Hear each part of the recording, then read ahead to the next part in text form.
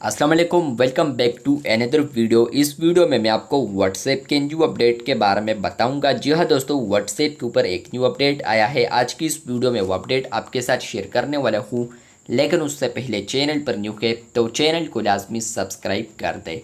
बात करते हैं व्हाट्सएप के न्यू अपडेट के बारे में। तो अगर आप लोग किसी भी चैट के अंदर आते हैं और आप लोग यहाँ पर आते हैं, क्लिक करते हैं अटैच फाइल पर, तो आपको अब मिलता है यहाँ पर इमेजिन ऑप्शन, जिस पर आप लोग क्लिक करते हैं तो आप लोग यहाँ पर कुछ भी इमेजिन कर सकते हैं। फॉर एग्जांपल मैं यहाँ पर करता हूँ साइकिल, तो यहाँ पर फ्रेंड्स आपके लिए यहाँ पर ये इमेजिन करके दे देगा आपके लिए साइकिल। इसके अलावा फ्रेंड्स आप लोग बस वगैरह करते हैं या इसके अलावा आप लोग कोई भी यहाँ पर टॉपिक देते हैं तो वो यहाँ पर एआई आपके लिए इमेजिन करके देगा।